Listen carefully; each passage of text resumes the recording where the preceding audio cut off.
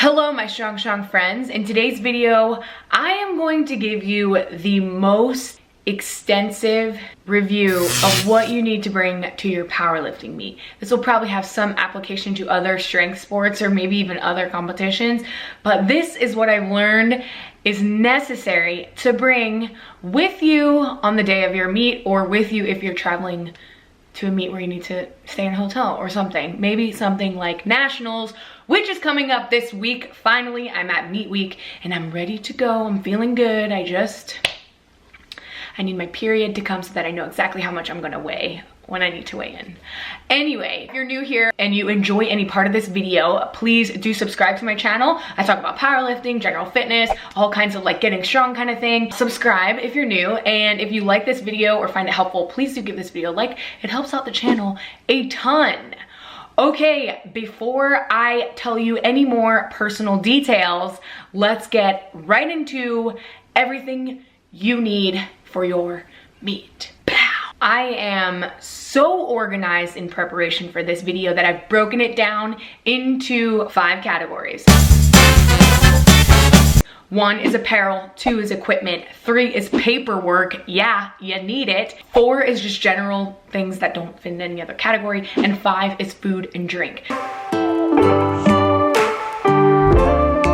First one is somewhat controversial. I'm sure there will be plenty of people who are like, nah, that's stupid, I don't need to do that. But I recommend warming up and cooling down and just having on your person an outfit that is comfortable, able to warm up in and show up to weigh-ins in, but also something that you feel confident in. I know that sounds stupid, but if you do end up on the podium, I feel like the look I prefer most is when at IPF Worlds, when the athletes are in their tracksuits. So if you have something that looks like, you know, you're not homeless, I think that's a big win.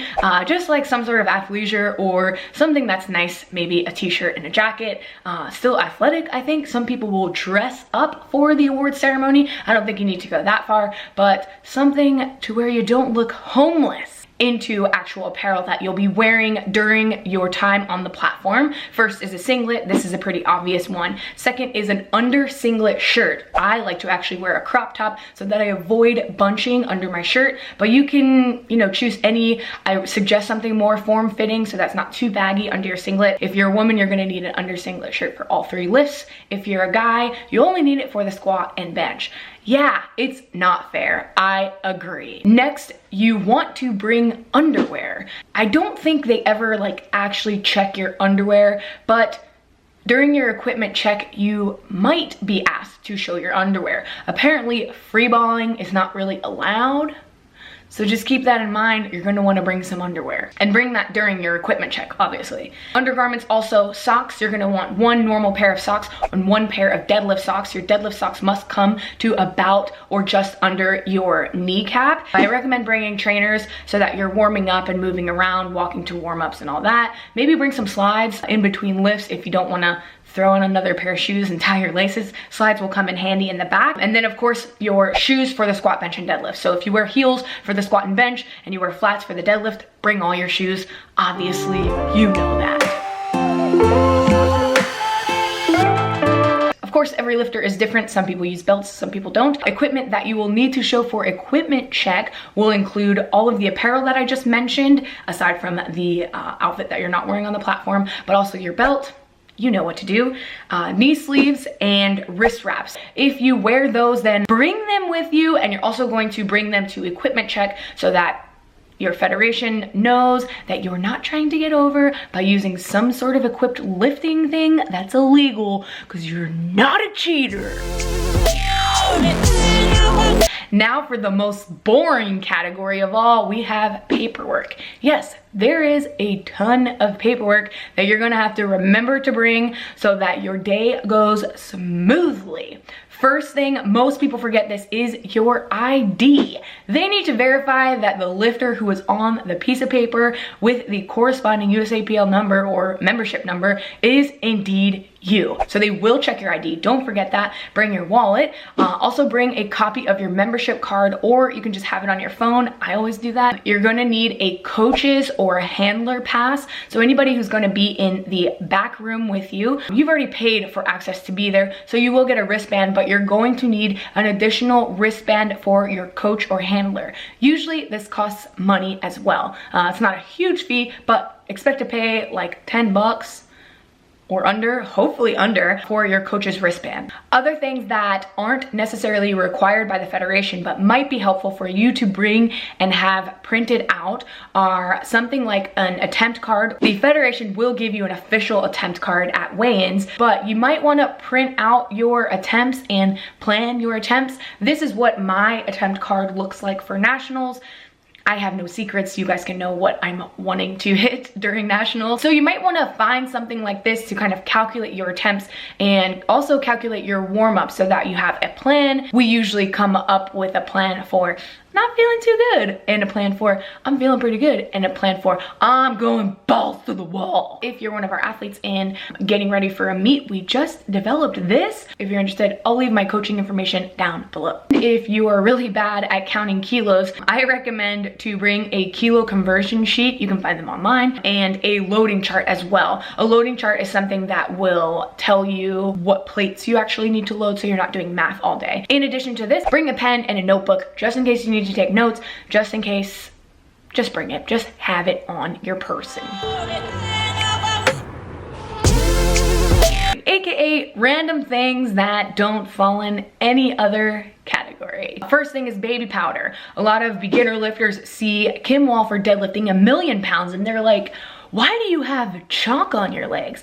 That is not chalk. Most of you watching this probably know already, but it's baby powder. I like to just get a travel size thing of baby powder. That is plenty for a meet, and I bring that with me. If you bring baby powder and you remember everything on this list, you will likely make many friends in the back who will need a little bit of your baby powder. Bring a towel if you use baby powder or not. They'll try to manage the baby powder application station as much as possible, but to be honest, there will be someone at your meet who just doesn't know this can potentially be dangerous and potentially sabotage someone's deadlift, because if you get baby powder on your hands or get baby powder on the bottom of your shoes, you will likely slip. If you do get baby powder or even chalk on the bottom of your shoes, I recommend bringing a backup towel and maybe wet it with some water just to wipe your shoes off and be extra safe. Next is chalk. They will likely have chalk at stations by your platform, somewhere near your platform, but this is not guaranteed. It is just not guaranteed. So bring extra chalk. A lot of times there'll be plenty of lifters all surrounding the chalk. So I recommend bringing your own. Other things that I recommend bringing, aspirin or ibuprofen, just in case you're not feeling your best. Maybe bring a muscle rub if you use icy hot or biofreeze. Ammonia, we sell inhale. I recommend the inhale because it has a little more of a minty menthol kick. Lifters will use it to sniff to kind of wake up their senses and freak out and pump up the adrenaline so that they're ready to squat, bench, or deadlift in an epic way. If you have or need any warm-up accessories, things like a hip circle, resistance bands, or something like a Theragun or a lacrosse ball, then bring all of those to the meet with you. At nationals, it's in a conference ballroom, like a hotel conference ballroom. So there's no pull-up bars, there's no gym around aside from the barbells around. So I like to bring resistance bands and a hip circle so that I'm warming up properly. Bring music and headphones. It may be a long day and you might need to drown out the loud sounds from everyone else around you. Last on this list are general toiletries, things like deodorant, tampons if you need them, or if you're close, if you're in my boat. Anything that you might need just in case. People ask me all the time, what kind of meal should I have during my meet? My biggest recommendation here is just keep things as normal as possible. Do not introduce any new supplements, any new food, any new thing. If you're cutting weight, especially, this will be really important for you. I like to bring a full water bottle, Pedialyte or Gatorade if you're cutting water. Biggest tip, take small sips. This will avoid you from getting hiccups, getting sick, and getting a stomach ache. Any supplements that you normally take. So if you have protein powder, if you have pre-workout especially, then bring those. For food, bring something bland, something like rice and chicken. That will be perfect. I've never done this, but Ryan is going to bring me, because I'm worried about my weight fluctuation in regards to my period because I've never had my period during a meet. So we're just taking some precautions and planning to maybe bring something like lemon slices or sour candy. Those things will make you salivate. What some lifters will do if they don't make weight is they will bite on a lemon, salivate, and then spit in a cup. So in addition to this, bring a cup that you can spit in that you don't mind throwing away. And last on the list, if you're not able to replenish the amount of sodium that you've lost in your water cut, then bring soy sauce. It has a lot of sodium, full sodium soy sauce. Some people will have mustard, but I feel like soy sauce might be a little bit more palatable. Palatable. Am I still saying that wrong? Anyway, soy sauce is gonna taste a little bit better than mustard, in my opinion. I love mustard, don't get me wrong, but it's not everyone's cup of tea. I think that completes the best, most thorough meat packing list you have ever seen in your life. If that is true, please do give this video a like. If there's anything that I missed, or if you found anything helpful, then comment down below. And if you're not already subscribed to my channel, be sure to do that. I am competing in 5 days. I will leave the link down below for the live stream if you want to check it out. Anyway, I was wearing a shirt this whole time. I'm not sure if you could... Was that... Am I naked? Ooh. Okay, I'm gonna have to fix the thumbnail. All right, I will see you guys in the next one. Bye!